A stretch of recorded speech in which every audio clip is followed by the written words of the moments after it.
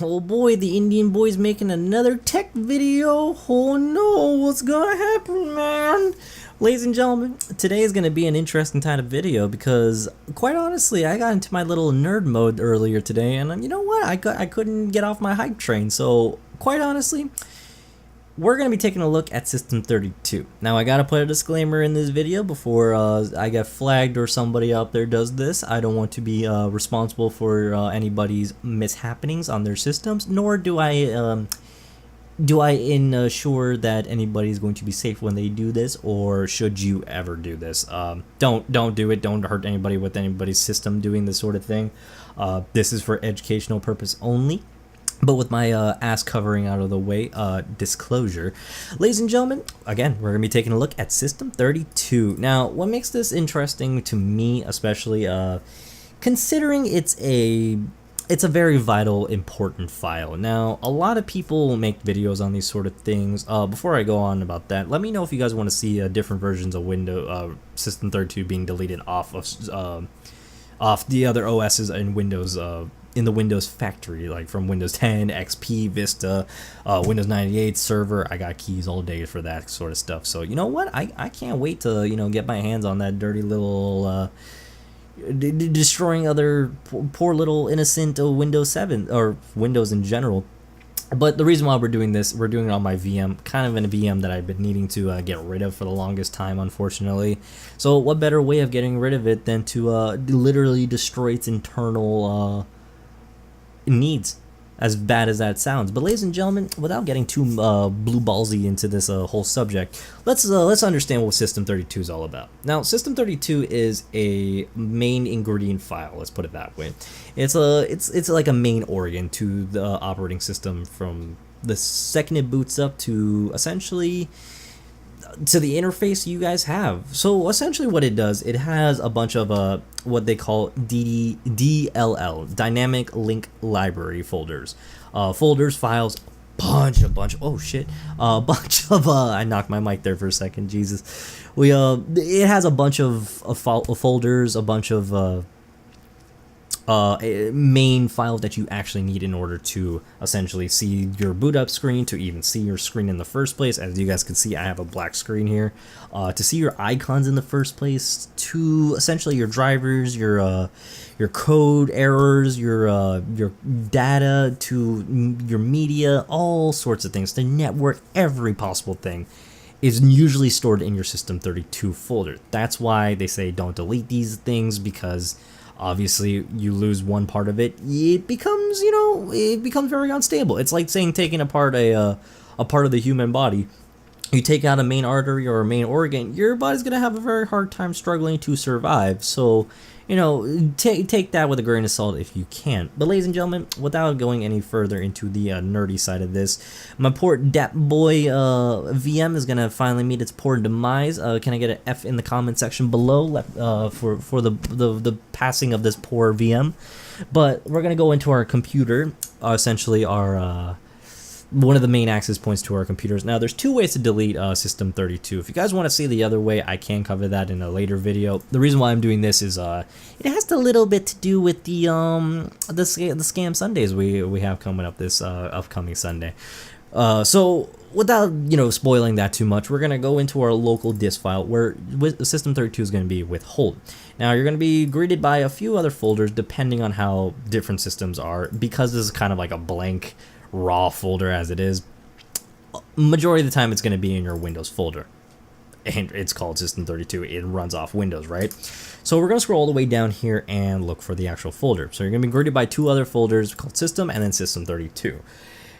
What's going to happen is you're going to go into your System 32 folder and you're going to see a shit ton of folders, and quite honestly, it is literally a shit ton. Am I going to go into details on how many folders there are and what each one of them are?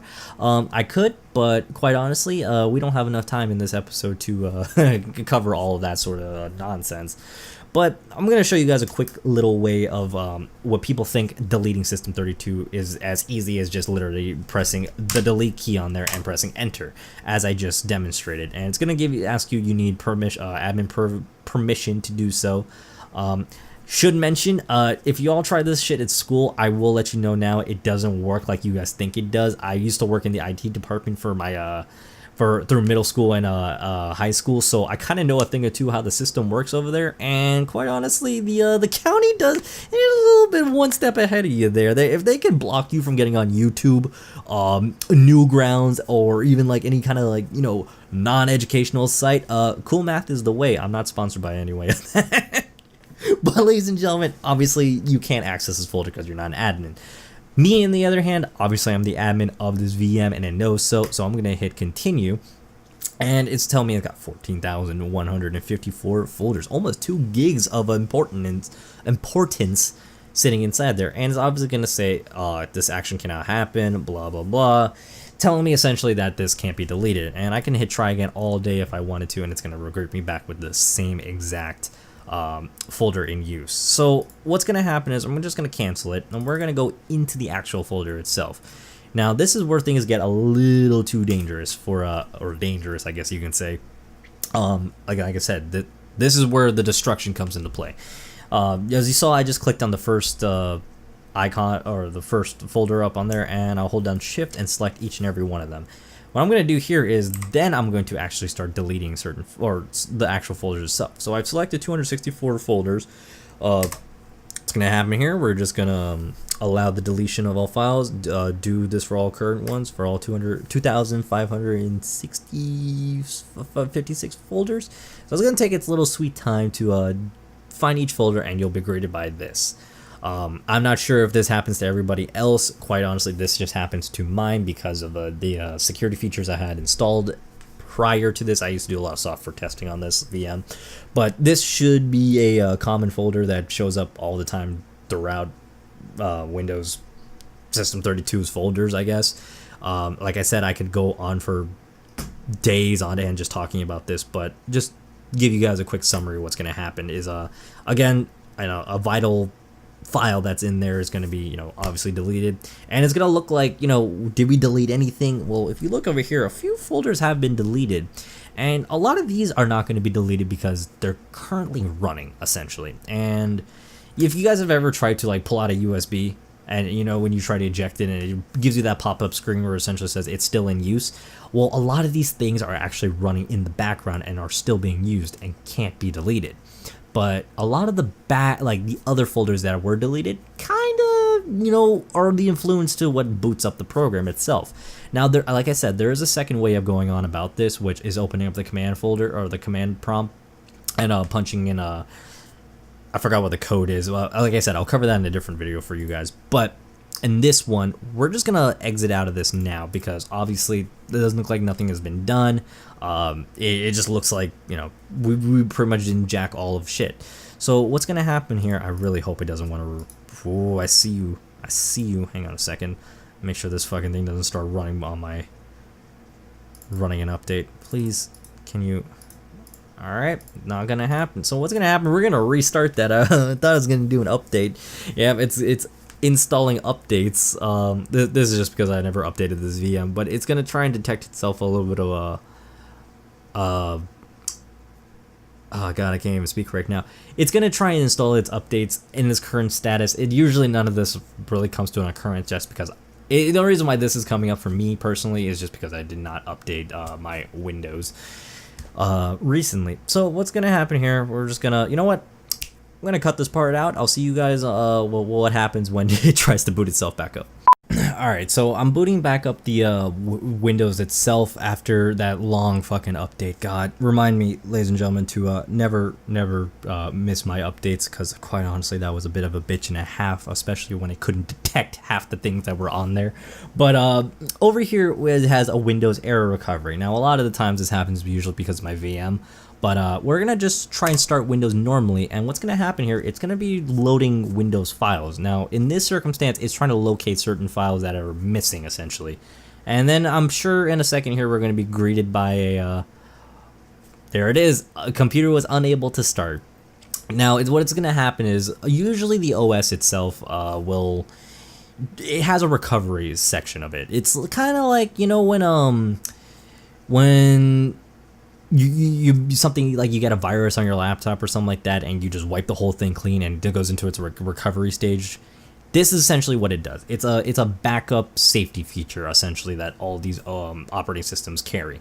What's gonna happen over here? I'm gonna hit the finish. It's gonna try and locate the actual needed folders in order to boot up. And like I said before, you delete some of those folders and it just becomes a shit fest for the actual OS to even detect anything. And like I said, it can't even detect it. So what's gonna happen here? I'm just gonna let it I'm just gonna cancel it. We're just gonna restart the actual computer, and I think by now it should be greeted with a blue screen. Usually it does that blue. There it is. There's the blue screen of death, and then it's just gonna reset itself, and you're just gonna be stuck in this normal loop. So I have my two options here to do start Windows normally, which will believe will give me the blue screen of death, which I'll demonstrate here again. But going back to what I would oh, beautiful blue screen of death. But yeah, going back to what I told you guys, the when you delete this sort of file, like I said, it needs either the recovery disk, or essentially you just need to put back your Windows disk that you uploaded Windows or downloaded Windows onto to that main drive, or essentially you're just done. You've officially destroyed Windows, and in that circumstance, ladies and gentlemen, there really isn't much to go on about. We can do the recommended repair feature, which essentially is not really going to help because, again, there is no backup recovery file for it to, save itself on. Oh, but over here we actually do have the system restore, which, quite honestly, you can do so. But a lot of the times, most of the information, your information is not lost. It's still on the hard drive. It's just your operating system that's been corrupted mainly. And a lot of the times you can restore this sort of issues and it can save itself. But again, it depends on the certain situation. In this circumstance, I've literally destroyed my poor VM. It can no longer boot back up. It will attempt all it wants, and the poor thing can't find anything. And I don't even have it attached to the internet. The poor thing's gonna die. RIP. And unfortunately, this poor little VM is going to go straight in the trash bin and be scrapped to little bits, unfortunately. But ladies and gentlemen, today's episode I know was a little different from our usual gaming standards. Tomorrow is going to be a little bit more of a, let's just say a certain group wouldn't be happy of the destruction I've created upon a certain program. Let's put it that way. But ladies and gentlemen, I know, like I said, it's a little bit different from what we usually do. This kind of shit I really love doing, destroying little VMs, software testing, all this sort of stuff. I love doing this. It's the joy in it. I know I'm being brown and Indian. Most people are like, oh, you tech support. Listen, it's not like I haven't heard that joke before in my lifetime, but quite honestly, this is starting to give me a headache just watching this loop all the way around. Gonna kill that VM in a second here. But ladies and gentlemen, like I said, if you like what you saw, please like, comment, and subscribe. Dislike it if you dislike it. Let me know if you guys want to see more videos like this. I know it's something stupid and simple, but quite honestly, I kind of get off to doing this dumb shit, and I thought, why not make a cool little video on the side before I terminate my poor VM, which you guys got to experience with me. But ladies and gentlemen, like I said, I hope you guys enjoyed this video. Like, comment, and subscribe. If you want to see more, let me know. I got plenty of more VMs to manhandle and to play more video games on. But ladies and gentlemen, I will see you guys in the next VM.